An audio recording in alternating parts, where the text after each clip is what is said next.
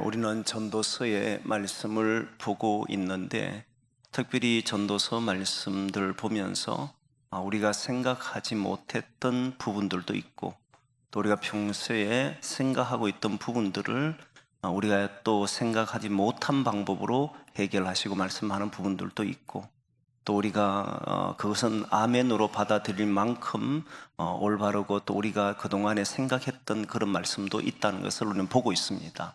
오늘은 특별히 말씀을 보게 되면 몇 가지 우리가 평소에 쓰던 말인데 한번 그 말씀을 좀 고민해 볼 말씀이 있어요. 그 내용 중에 하나가 오늘 제목인 우리가 사람에게 나중에 미래에 그 사람에게 사랑을 받을는지 아니면 미움을 받을는지 과연 알 수 있을까? 그래서 우리는 저렇게 하는 행동을 보니까 저 사람은 나중에 사람에게 사랑받을 거야 이런 말을 하잖아요. 저런 행동을 하는 거 보니까 쟤는 어디 가도 미움을 받겠네 이런 말 하잖아요.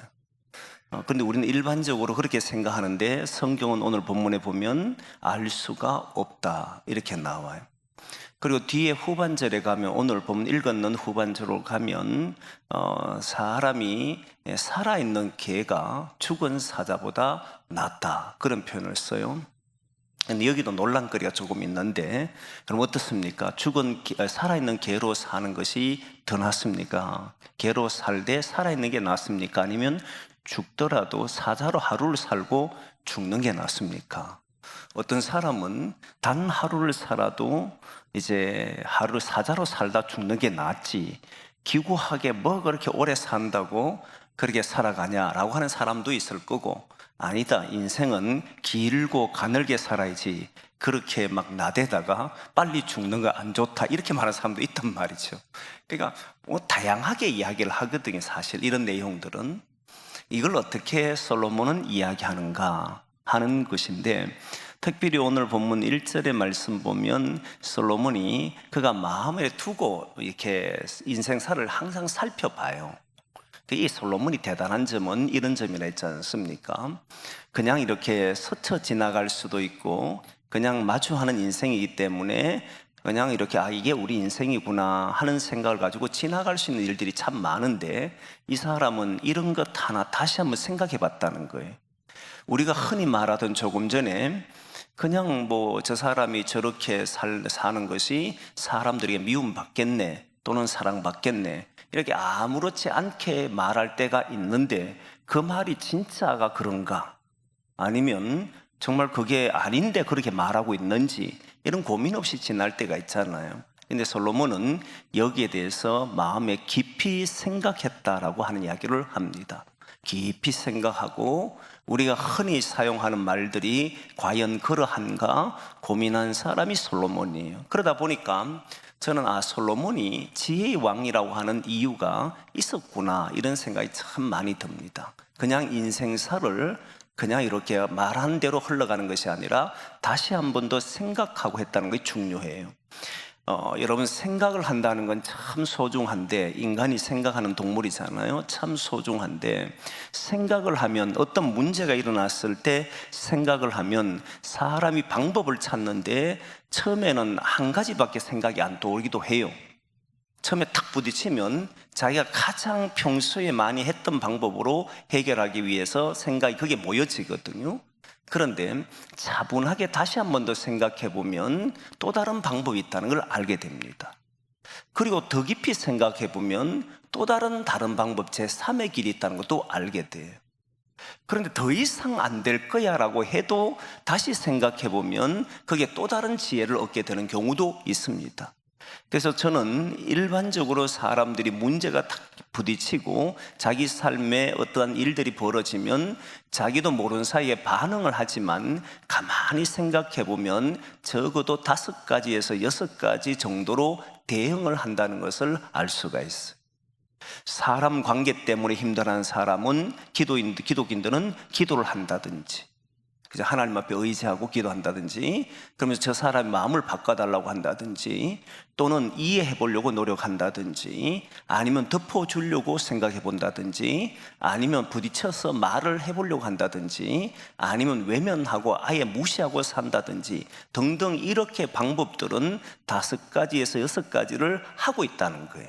이런 방법들은 자신들이 해왔던 방법대로 하는 거거든요. 그런데 조금 더 고민해보고 조금 더 생각해보면 새로운 방법이 제 다른 삶의 길이 나오게 되는데, 이럴 때마다 그 사람은 지혜가 하나씩 더해지는 거예요.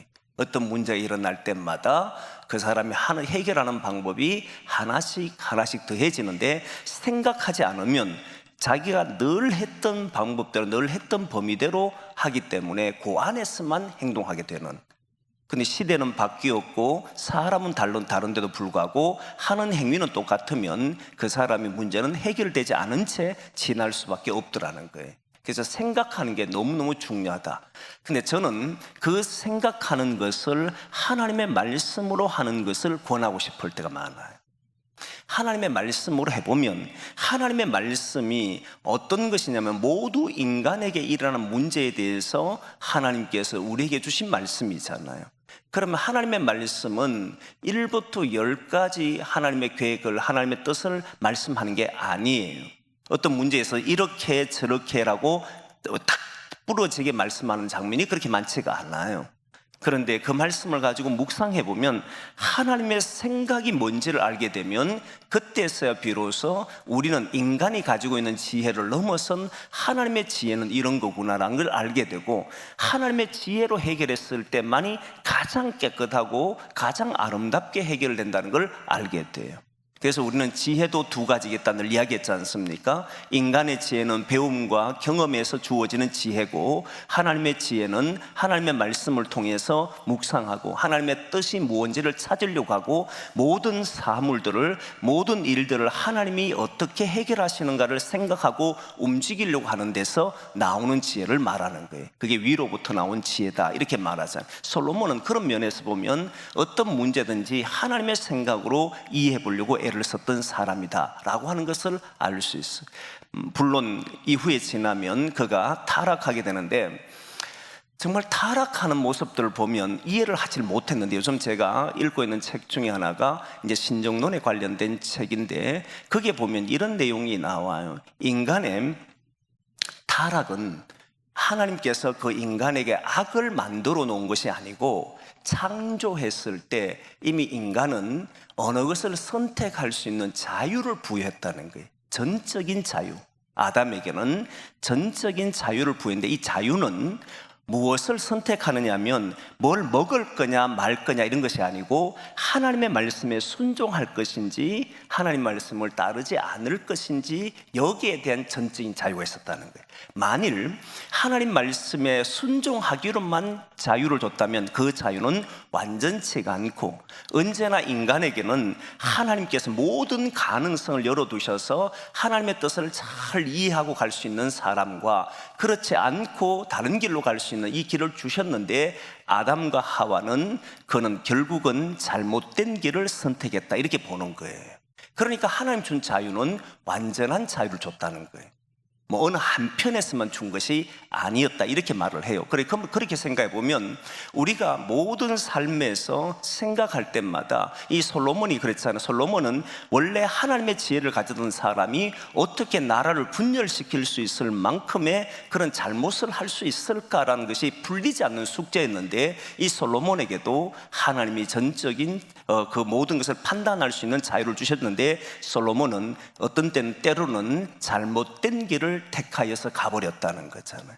그러나 전도서를 보게 되면 이 전도서의 기록을 하는 내용들을 보면 솔로몬은 이때까지만 해도 그는 하나님의 말씀에 따라서 생각하고 움직이려고 했다는 것을 알 수 있는 거잖아요. 우리도 자칫 잘못하면 예수 그리스도를 통해서 구원받은 사람들이 하나님 말씀에 따라서 살 것인지 아니면 하나님 말씀을 떠날 것인지, 우리에게 주신 하나님의 자유인데 그 자유를 어디에 쓸 것인지가 굉장히 중요한 거예요. 그러면 보시면 오늘 본문에 나오지만 사람들에게 사랑받을 행동을 할 것인지 아니면 미움받을 행동을 할 것인지는 우리가 선택하며 살고 있다는 것을 보여주는 거잖아요. 오늘 본문에 그런데 우리가 조금 전에 얘기했던 것처럼 과연 저 사람이 사랑받을 짓을 하는 사람인가 미움받을 짓을 하는 사람인가 알 수 있을까라고 했을 때 대부분의 사람들은 알 수 있는 것처럼 말한 경우가 있습니다. 예를 들면 아기들 보거나 사람들을 보면 야, 저 사람 진짜 저렇게 살면 사람들이 인정하겠나 이런 생각 들 때가 있어요. 우리 목회자들 가운데도 그렇잖아요. 보면 모임에 모여서 이렇게 활동하는 것을 보고 말하는 것을 보고 그리고 어떤 일을 처리하는 걸 보면 야, 저러다가 교회 가서 어떤 목회하겠노 이런 생각이 들 때가 있잖아요. 저를 향해서도 다른 사람은 그렇게 평가할 것이고 다른 사람을 향해서도 평가하는데 아, 저 사람은 진짜 목사다워서 사람들의 사랑받을 거야 뭐 이렇게 생각되는 사람이 있단 말이에요. 그리고 교회 안에서도 보면 아, 저분은 사람에게 존경받을 수 있을 것 같아. 저런 행동을 보니까 존경해도 되는 것 같아. 아이고, 저 사람은 이해를 할 수가 없어. 이게 우리 눈에 보이지 않습니까? 보이잖아요. 근데 오늘 솔로몬은 알 수가 없다 이렇게 나왔어요. 알 수가 없다. 사랑받을런지 미움받을런지 우리는 알 수가 없다 그렇게 나왔습니다. 아예 단정을 해버렸어요. 어느 정도는 알 수 있지 않겠나. 우리가 보면 그 사람의 행위를 보면 우리는 조금이라도 저 사람이 어떻게 될지 알지 않겠느냐. 모른다고 이야기를 해버려요. 딱 단정해서 모른다고 이야기합니다. 한번 보겠습니다. 왜 모르냐? 그 말씀 1절 말씀인데 한번 보겠습니다. 1절 말씀 전도서 9장 1절 한번 봅니다. 같이 봅니다. 시작. 이 모든 것을 내가 마음에 두고 이 모든 것을 살펴본즉 의인들이나 지혜자들이나 그들의 행위나 모두 다 하나님의 손 안에 있으니 사랑을 받을는지 미움을 받을는지 사람이 알지 못하는 것은 모두 그들의 미래의 일됨임이라. 그래서 사랑받는 것과 미움받는 것을 인간은 어떻게 아느냐면 오늘 행위를 통해 가지고 내일을 보는 거거든요. 그런데 하나님의 생각, 솔로몬의 생각은 사랑받는 일과 사랑받지 못한 미움받는 일은 현재가 아니고 미래다 이거예요. 우리 보기에는 저 사람이 저렇게 하는 행동이 사람들에게 나중에 사랑받지 못할 거야라고 했는데 사랑받는 사람이 있을 수도 있고 그렇지 않는 사람도 있을 수 있잖아요. 알 수가 없다는 거예요. 근데 우리는 어느 정도는 알 수 있다고 생각하는데 저는 그 정도는 우리도 인정을 할 만한 건 있어요. 사람의 어떤 행동과 그 모습들을 보면 나중에 어떻게 살지가 보이기도 해요. 여러분, 사람들을 보면 그 사람이 어떤 일을 결정할 때 결정하는 행동들과 말들은 나중에 또 다른 결정할 일들 하면 그 형태를 그대로 드러냅니다. 그게 인간이에요. 그래서 저 사람이 살아가는 곳이 어떠한가라고 하는 것을 어느 정도는 알 수가 있다고 보여집니다. 저는 그렇게 믿고 왔고, 근데 오늘 솔로몬은 없다고 해요. 그 이유가 뭐냐면 그 모든 것은 미래의 일이기 때문이다. 그리고 더 중요한 것은 그 앞에 붙어있는 단서가 지혜자나 뭐 이런 모든 사람들, 의인들이나 할 것 없이 모든 행위는 다 하나님의 손에 있기 때문이다 이렇게 나와요. 결국은 하나님이 하시는 것이지 네가 결정하거나 그 사람의 행위가 결정하는 것이 아니다라고 이야기하는 거예요. 여기에서 저는 중요한 것을 깨닫게 됩니다. 여기에서 힘을 얻는 내용 중에 하나가 무엇이냐면 우리는 이런 말을 우리나라의 속담에도 이런 말이 있지 않습니까? 들성 부른 나무는 떡잎이 다르다. 이게 원래 속담이잖아요. 들성 부른 나무는 떡잎부터 다르다 이 말인데, 이 말의 내용은 의미는 그 떡잎을 보게 되면 앞으로 이 나무가 어떤 나무가 될지 좋은 나무 될지 안다는 그런 의미잖아요. 지금의 그 사람의 어떤 태도나 행동은 미래를 결정하는 것처럼 말하는 내용이에요. 근데 어느 정도는 맞다라고 저는 생각 들지만 모든 이에게 적용될 수가 없어요. 왜냐하면 저희들도 여러분들 잘 알지만 저도 여러분들 잘 알지만 실제로 좋은 씨앗과 좋은 밭을 가지고 있어도 열매가 안 맺힐 때가 있어요. 그죠? 나쁜 열매, 그러니까 우리가 생각했던 기대했던 열매가 일어나지 않을 때가 있습니다. 여러분들의 자녀들 키워보시면 알겠지만 어릴 때 보면 다 천재라고 생각하잖아요. 그 천재라 생각 조금 크면 아닌 걸 알게 돼요. 그러면 얘가 천재적인 재능이 있다고 해서 나중에 그렇게 될 것인가 해보니까 실제로 해보면 안 되는 경우들이 훨씬 더 많습니다. 이 자연계도 나무를 보거나 열매를 보거나 씨를 보거나 했을 때에 사람들은 중요한 게 종자가 중요하다 해서 종자를 잘 두려고 하지만 실제로 좋은 땅과 좋은 씨를 가지고 심어도 그렇게 안 맺힐 때가 있다는 것은 확실하지 않습니까? 그런데 하물며 사람의 미래는 사람이 결정할 수 있는 건 아니에요. 어느 순간에 그 사람이 변화돼서 하나님의 사람이 될지는 아무도 알 수 없는 일이잖아요. 그래서 미래는 우리가 결정할 수 있거나 우리의 눈으로 결정하거나 그 사람의 행위로 결정하는 것이 아니라 하나님에 의해서 움직인다는 게 확실합니다. 이 점이 명확하다면 어떤 것을 극복할 수 있느냐면, 여러분 사람을 키우거나 사람을 볼 때 눈이 달라집니다.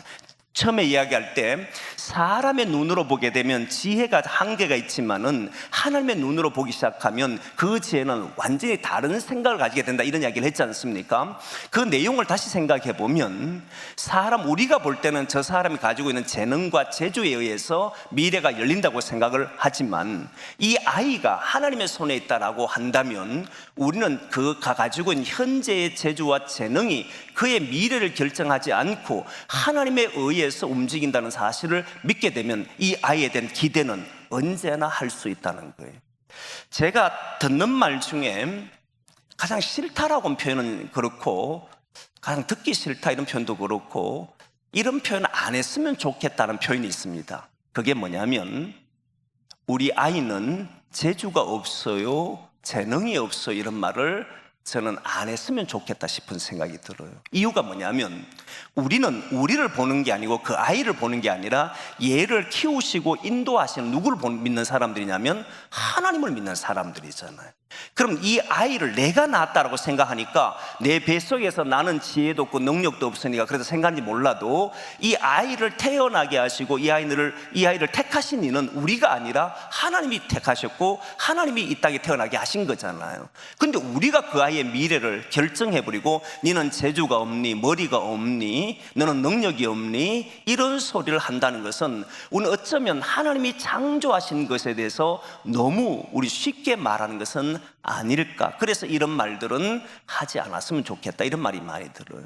자녀를 키우면서, 우리 교회 아이들 키우면서 늘 하는 말이지만 그 아이들이 가지고 있는 저는 재능들을 보려고 애를 많이 씁니다. 그 아이들이 평범한 아이라 할지라도 이 아이는 하나님의 손에 잡히면 하나님의 역사를 일으킬 수 있는 아이라고 보거든요. 그러니까 전혀 새로운 미래를 열 수 있는, 이전과 완전히 새로운 미래를 열 수 있는 것이 우리 자녀의 무궁무진한 것인데 우리가 단정하고 얘는 아니 된다라고 말하는 것은 어쩌면 우리는 신앙이 없는 사람의 행동처럼 말하는 것은 아닐까, 이런 생각이 들기 때문에 저는 이런 말들을 가급적이면 부모나 주변의 사람들이 안 했으면 좋겠다, 이런 생각이 많이 들어요. 여러분들의 자녀나 우리 교회에 자란 어린 생명들이나 아니면 하나님의 손에 잡혀 사는 아이들은 언제든지 하나님의 손에 잡히면 쓰이는 것은 우리가 이해할 수 없는 일들을 위해 쓰는 줄 믿습니다. 역사를 보더라도 정말 그 사람이 학교를 다닐 때에 아무것도 못했는데 나중에 보면 뛰어난 사람도 있는 게 너무 많거든요.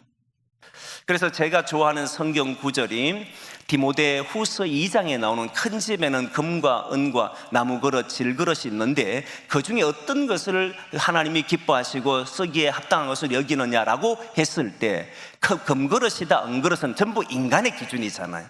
인간의 머리와 인간의 지혜는 금이 중요하고 은이 중요하지만 하나님이 생각할 때는 금이냐 은이냐는, 하나님에게는 금이 뭐가 소용이 있겠으며 은이 뭐가 중요하겠습니까? 하나님은 자기를 깨끗이 비운 자를 귀중하게 쓰시겠다, 이렇게 나왔잖아요.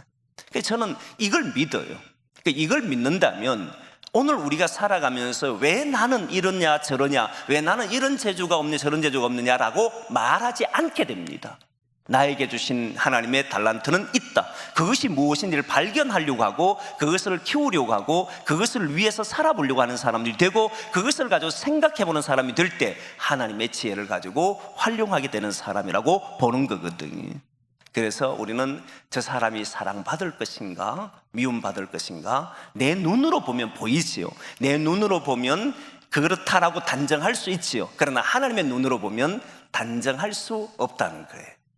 우리의 생각을 뛰어넘고 우리의 모든 범위를 뛰어넘는 하나님의 편에서 보면 누구에게도 기대할 수가 있고 누구에게도 하나님의 역사를 바라볼 수 있는 것이 되잖아요. 그렇다면 우리는 그를 위해서 기도하고 그를 응원하고 그가 하나님 앞에 쓰여지기를 바라고 그런 마음으로 걸어간다면 그게 복 있는 사람들의 모습이 되는 거잖아요. 그렇게 되기를 원합니다. 그걸 극복할 수 있는 거예요. 니는 누구 닮았어 이런데 이런 소리 안 할 수 있습니다. 그거는 간혹 우리 아이들이 그 모습에서 벗어나게 하기 위해서 니는 누구 닮아서 그러냐 이런 말을 하는 건 좋아요. 예를 들면 사춘기에 접어든 아이가 있을 때 보면 누구 닮겠습니까? 다 부모 닮지요. 그런데 니는 나도 옛날에 그랬는데 니도 그러냐 이러면 애들이 그 기분이 되게 좋아해요. 자기만 그런 게 아니니까. 근데 이렇게 해서 자기를 닮아서 그렇다라고 응원해주는 말은 괜찮을지 모르지만 니는 누구 닮아서 머리 나쁘노 이런 소리 하는 것은 굉장히 하나님 앞에선 비신앙적인 행동이다라는 걸 아셔야 된다는 거예요. 오히려 하나님이 너를 바르게 쓰실 때는 니는 무서운 아이가 될 것이야. 하나님의 손에 잡힌다면 너는 상상도 할 수 없는 일을 할 수 있는 아이가 될 거야. 그런 기대를 가지고 격려할 수 있는 그런 성도가 되기를 소망합니다. 그걸 이야기를 다 알 수가 없다. 하나님의 손에 모든 것이 있기 때문에 미래의 결정은 하나님이 하시는 것이지 우리가 하는 게 아니라는 거예요. 그러나 인간은 보면 알 수는 있다라고 생각하지만 그것이 다 맞다라고 말할 수는 없다는 거예요. 하나님의 말씀이 옳다라는 것을 생각하고 우리의 자녀들과 교인들을 대할 수 있는 그런 복 있는 사람 되기를 원합니다. 그러면 또 다른 문제 해결돼. 오늘 못해도, 오늘 뭔가 실수해도, 오늘 내 기대에 어긋나도 우리는 여전히 기다릴 수 있잖아요. 그렇지 않습니까? 우리는 오늘 잘하기를 원해요. 오늘 바른 길을 가기 원하고 오늘 뭔가 화려한 걸 좋아해요.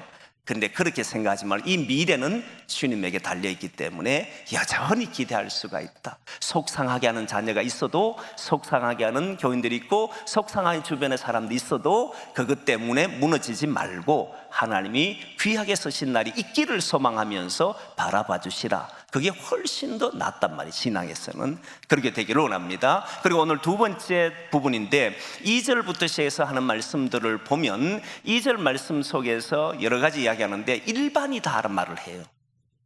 거기 일반은 보면 제사를 드리는 자, 그러니까 예배를 드리는 자와 드리지 않는 자가 일반이다. 죄인으로 사는 사람과 의인으로 사는 사람들이 일반이다. 그리고 뭐 계속 그런 이야기잖아요. 맹세하는 자와 맹세를 하려 하는 것을 두려워하는 자가 일반이다. 이런 표현을 썼습니다. 이때 일반이란 말은 같은 운명을 가지고 산다 이 말이에요. 뭐 죄인으로 살든 의인으로 살든 예배를 드리며 살든 예배를 드리지 않고 살든 선한 일을 하든 나쁜 짓을 하든 다 똑같은 운명을 가지고 있다는 거예요. 그 운명이 뭐겠습니까? 죽음이지. 누구도 죽음을 피할 수 없는 운명이라는 거예요. 모든 인간은 똑같은 길을 걷게 되는데 그 길은 마지막 도착 지점이 죽음이라는 것을 이야기합니다. 한번 보겠습니다. 오늘 말씀 2절, 3절 말씀 봅니다. 같이 봅니다. 시작.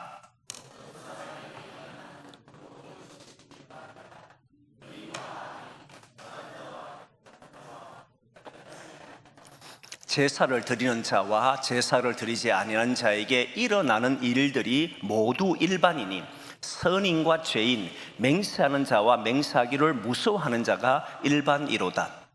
모든 사람의 결국은 일반이라. 이것은 해 아래에서 행해지는 모든 일 중에 악한 것이니 곧 인생의 마음에는 악이 가득하여 그들의 평생에 미친 마음을 품고 있다가 후에는 죽은 자에게로 돌아가는 것이라.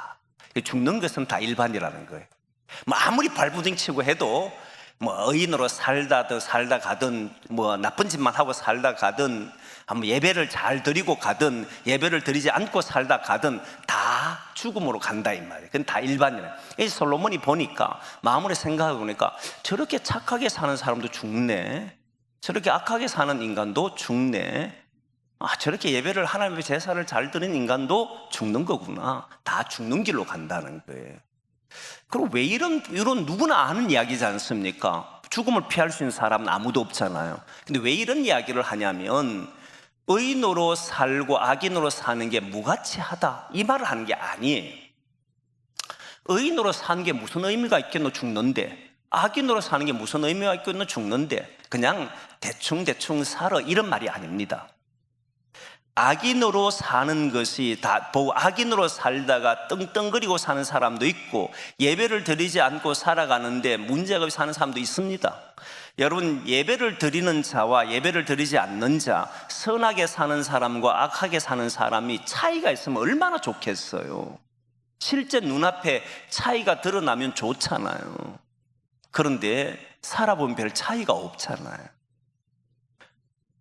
일반 사람들이, 세상 사람들이 하는 말이 교회를 다니는 사람들은 진짜 부지런해야 된다 이야기하더라고요. 새벽에도 나가지, 주일에도 오지, 주일 오후 예배도 지키지, 그 수요일 또 금요 기도에도 오지, 뭐 또 기도회자면 또 모이지, 뭐 섬기자 이러면 또 모이지. 진짜 바쁘게 산다. 이 부지런하지 않으면 못 산다 이런 이야기 하더라고요. 이게 이제 세상 사람들이 교회를 향한 평가잖아요. 그래 안 살아도 되는데 왜 그렇게 굳이 사냐 이런 생각이 여러분 혹시 들 때가 없습니까? 우리 교인들은 적어도 그렇게 안 들겠지요. 근데 저는 한 번씩 듭니다. 굳이 이렇게 살아야 되나, 좀 쉬지, 좀 편하면 좋겠다 이런 생각이 들잖아요. 그런데 그게 차별이 있어서 예배를 잘 드리고 오늘도 선한 일을 다 하고 오면 갑자기 내 앞에 기다리는 것이 정말 놀랍게도 선인을 만나거나 아니면 하나님의 놀라운 축복을 받아서 그게 아름다운 열매가 막 일어나고 얼마나 좋겠어요. 그러면 사람들이 더 선한 일을 하려고 하고 더 예배를 드리려고 하고 더 좋은 일을 해보려고 하고 뭐 이럴 거 아니에요. 근데 해도 안 해도 똑같으면 예전에 공부할 때 너 하던 말이 공부해도 똑같고 안 해도 똑같아 해서 잘 안 합니다. 하고 안 하고의 차이가 있으면 할 텐데 해도 안 해도 똑같으면 잘 안 하잖아요. 그래서 사람들은 점점 안 하려고 하는 태도를 보여주고 나쁜 짓을 해도 거기에 대해 양심의 가책을 처음엔 느끼는데 뒤로 갈수록 느끼지도 않아요. 그래서 우리 지난 시간에 전도서를 통해 들었을 때 나쁜 짓을 하는 사람, 악한 일을 하는 사람들이 왜 그 악이 떠나지 못하냐 했을 때 벌이 안 오거든. 당장에 벌이 안 오니까 마음이 강팍해져서 마음이 강해져서 담대해져서 악을 행하는 일을 즐겨하는 일이 돼버렸단 말이에요. 그때마다 벌을 내렸으면 그때마다 이건 내가 이 나쁜 짓을 했기 때문에 일어난 일이다라고 했다면 사람이 누가 그걸 하겠습니까? 또 어떤 선한 일을 했을 때마다 그때마다 축복이 막 임하고 그때마다 하나님의 놀라운 하늘 문이 막 열리고 이러면 사람들이 왜 선한 일을 안 하겠습니까? 예배 드리고 나면 집에 가는데 막 천사를 보고 막 하나님 주신 은혜가 넘쳐나고 집안에 갑자기 막 문제가 해결되고 얼마나 좋겠습니까? 그런데 다르지 않더라는 거잖아요. 한 번은 어떤 한 청년이 청년들 지도할 때 그때 이제 이야기하는 거예요. 목사님, 제가 정말 힘든 시간을 보냈는데 수련회를 가거나 또는 기도회를 가서 다 기도하고 수련회 가서 한 3박 4일 있으면서 눈물을 흘리면서 가정을 위해 기도하면 마치 다 해결된 것처럼 느껴진대요. 이제 내려가면 우리 집안이 평화롭고 거기는 웃음꽃이 있고 막 그런 기대를 하고 내려갔는데 내려가니까 똑같으라는 거예요. 하나도 안 다르다는 거예요. 기도하러 올라갈 때나 내려올 때나 다르지 않다. 그 때문에 너무 실망해서 목사님 어떻게 하면 좋겠습니까? 라고 이야기한 청년들이 있었어요. 그래서 좀 뭔가 달라지면 좋잖아요. 근데 안 달라지니까 사람들은 하는 사람들이 맥이 빠지고 그 하는 사람들이 게으러운 거예요. 섬김도 점점 줄어듭니다. 왜 줄어드냐면 하는 사람들이 정말 뭔가 복이 되면 하잖아요. 그래서 옛날 우리 목회자들이 그런 사람들 자꾸 붙들기 위해서 하나님 앞에 순종하고 봉사하는 사람은 자식들이 잘 된다라고 이야기를 했잖아요. 그래 그걸 믿고 했는데 나중에 지나 보니까 안 되는 사람도 많으니까 그래서 점점 이제 봉사하는 사람들 줄어드는 것이 현실이거든요. 이게 현실이지 않습니까? 이건 제가 고등학교 때 이제 깨달은 건데 열심히 정말 교회 일이라면 뭐 밤낮을 가리자고 이랬는데 여러 가지 이제 일이 잘 풀리지 않는 걸 보고는 이것과는 상관이 없구나 뭐 이런 생각을 한 적이 있었거든요. 사실 여러분 그런 것을 눈앞에 드러나면 얼마나 좋겠습니까? 그런데 여러분 솔로몬은 그러니까 다 똑같은 거야, 다 죽는 거야. 그러니까 뭐 이래 살아되고 저래도 살아돼 이걸 말하고 싶은 게 아니에요. 저도 오늘 그걸 말하고 싶은 게 아니에요. 우리가 어차피 살다가 죽는 인생인데 뭘 그렇게 애착스럽게 살고 뭐 열심히 그게 사느냐, 대충 살아, 이 말하고 싶은 게 아니에요. 솔로몬이 말하고 싶은 것은 언제나 하나님의 생각을 가지고 말하고 싶은 거잖아요. 그 내용이 4절에서 6절까지 나오는 말씀입니다. 한번 보겠습니다. 4절에서 6절까지 같이 봅니다. 시작. 모든 산자들 중에 들어있는 자에게는 누구나 소망이 있음은 산개가 죽은 사자보다 낫기 때문이니라. 산자들은 죽을 줄을 알되 죽은 자들은 아무것도 모르며 그들이 다시는 상을 받지 못하는 것은 그들의 이름이 잊어버린 바 됨이니라. 그들의 사랑과 미움과 시기도 없어진 지 오래이니 해 아래에서 행하는 모든 일 중에서 그들에게 돌아갈 목은 영원히 없느니라. 그죠? 이제 마지막을 이야기하는 것 같은데 제일 먼저는 그걸 이야기하는 게 아니에요. 4절을 표준세번역으로 한번 보겠습니다. 표준세번역으로 봅니다. 같이 봅니다. 시작. 살아있는 사람에게는 누구나 희망이 있다. 비록 개라고 하더라도 살아있으면 죽은 사자보다 낫다. 자, 이제 조금 전에 논쟁이 될 수 있는 이야기잖아요. 가늘고 길게 인생을 살 것인가, 하루를 살아도 사자처럼 살 것인가, 이건 뭐 논쟁거리입니다만, 지금 여기에서 솔로몬이 이야기하고 싶은 것은 사자로 사느냐 개로 사느냐라고 말한 게 아니에요. 인생을 길게 사느냐 짧게 사느냐는 것이 아니고 죽어버리면 아무것도 없다는 거예요. 죽어버리면 아무것도 없고 살아있다는 것은 희망을 가지고 있지 않느냐. 살아있는 사람은 희망 있는 사람이다. 여러분, 이 말을 우리는 기억해야 됩니다. 살아있다라고 하는 것은 그 사람에게는 아직도 희망이 있다는 겁니다. 모든 사람이 저 사람은 안 돼, 이제 끝이야 라고 생각하는 순간에도 목숨이 아직 붙어 있으면 그 사람에게는 아직도 희망이 있습니다. 그 희망은 목숨이 끊어지느냐 끊어지지 않느냐 이것을 말하는 것은 세상 사람들이 하는 이야기고, 기독인은 마지막 순간까지도 그가 해야 될 일이 있다는 말이에요. 희망 있는 것이 나는 아직 살 수 있는 희망이 있다, 이 말하는 것이 아니라 모든 인생은 다 죽습니다.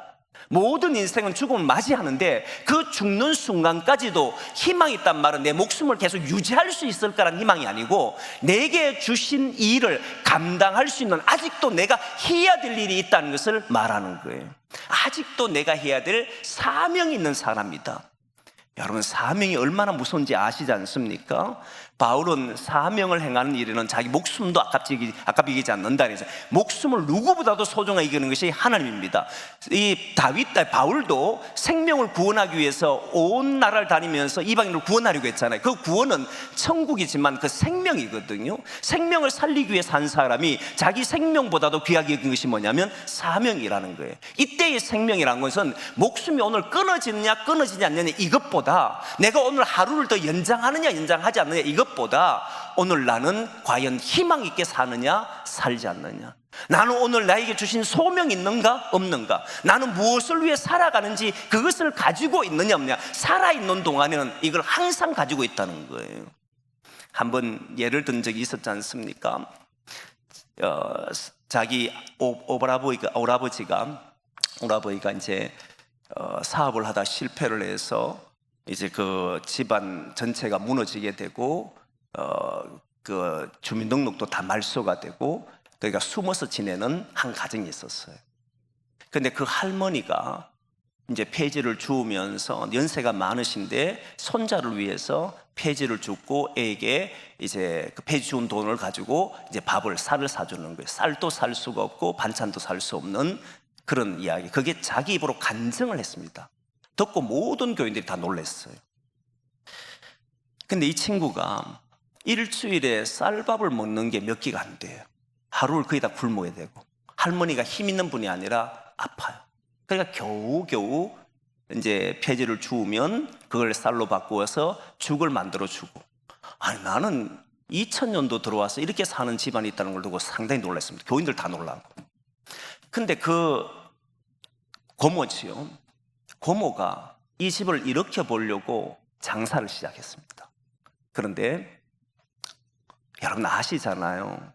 사업이라는 게 쉽지 않고, 특히 이제 식당 장사를 했는데 대출을 해서 식당 장사하기 때문에 처음에 잘 될 수는 없잖아요. 그러다 보면 또 대출을 하게 되고, 이게 빚더미에 계속 앉다 보니까 이 조카를 위해서, 이 가정을 위해서 애를 썼지만 오히려 더 큰 빚을 지게 돼버렸어요. 그런데 중요한 것은 몸이 아프니까 병원에 못 가요. 이 조카를 위해서 살아있는데 자기가 병원 가면 안 되니까 정말 뭐 진통제 먹고 겨우겨우 버티면서 했는데 결국 완전히 사업이 안 돼버렸어요. 근데 더 큰 문제는 이분이 식도암인가 암에 걸려버렸어요. 그리고 암이 판정받을 때는 이미 더 이상의 희망이 없는 사람이 돼버렸어요. 집에 가만히 누워있었어요. 그러다 제가 이제 교구를 처음 맡고 난 뒤에 어떤 분이 그 집에 좀 신방을 가자 그래서 갔더니 안 만나려고 하대요. 옛날에 교회도 다녔고 앞에 찬양 인도도 했던 그런 분이었는데 안 만나려고 해요. 그래서 들어가니까 아예 등을 쥐고 돌아 누워 있더라고요. 등을 쥐고 돌아 누워 있는데 어떤 말을 해도 듣지를 않아요. 어떤 말도 소용이 없다는 걸 그때 처음 느꼈습니다. 어떤 말도 소용이 없구나. 그런데 그때 하나님이 기도하면서 하나님 지혜를 달라. 이 사람 마음의 문을 열 수 있는 길은 뭔가. 그때 드는 생각이 뭐냐면 당신이 이 집을 무너뜨리기 위해서 사업을 했냐? 사업을 해서 이 가정을 망하게 하려고 했느냐? 그게 아니지 않느냐? 당신은 그래도 이 가정을 위해서 해보려고 했던 거 아니냐? 라고 하니까 그때 눈을 이렇게 뜨고 저를 보더라고요. 그러면서 하는 이야기가 제가 그런 이야기 했어요. 당신은 아직도 목숨은 붙어 있지 않느냐? 목숨이 붙어 있다면 아직 할 일이 있는 것인데 왜 포기하냐? 그랬더니 그때 하는 말이 내가 무엇을 할 수 있느냐? 아무것도 할 게 없다. 내가 일어나기를 할 수 있습니까? 누워서 꼼짝을 못해요. 아무 행동도 할 수 없는데 무엇을 이 집을 위해서 내 조카를 위해서 해줄 수 있습니까? 묻더라고요. 그래서 제가 이런 이야기 했어요. 조카를 보면서 당신이 정말 조카를 위해 살아왔다고 말을 하지만 조카를 보면서 왜 웃어주질 않느냐? 조카가 학교에 갔다 오면 왜 반갑게 맞아주질 않느냐? 마지막 당신이 죽는 순간까지라도 이것만은 해야 될 거 아니냐? 정말 조카를 위해 살았다면 조카가 당신한테 돈을 바라느냐? 등지고 누워있는 모습 보기를 원하느냐? 하나님이 당신 목숨을 지금도 붙여줬다면 마지막 희망이라고 하는 것은 끝까지 당신이 해야 될 일을 해야 될 거 아니냐? 그게 조카를 위해서 웃어주라. 그리고 말이 나오지 않으면 기도라도 해라, 속으로라도. 그리고 나왔어요. 그랬더니 이분이 그때서야 자기 오빠를 용서도 하고 그리고 조카한테 미안하다도 그러고 마지막 순간 그리고 일주일을 살았는데 일주일 동안 가족끼리 화해도 하고 조카를 위해 기도해주고 그리고 웃으면서 맞아주고 그리고 하나님 품에 안겼어요. 그 장례를 제가 했었어요.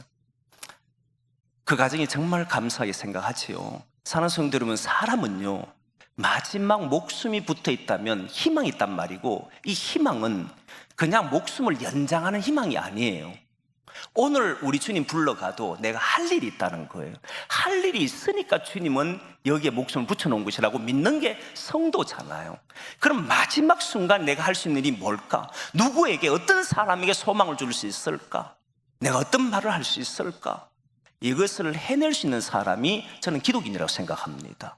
하나님 믿으니까 그걸 이야기하고 싶어. 그리고 마지막에 그렇게 살지 않는 사람은 영원히 없다라고 이야기했는데 오늘 1절과 2절에서 6절 사이를 사실은 분리해 놓은 것처럼 보이지만 이 둘이 연결되면 기가 막힌 말씀이 돼요. 1절 말씀에 그 이야기 했잖아요. 우리가 사랑받을는지 미움받을는지 우리는 알 수가 없지 않느냐.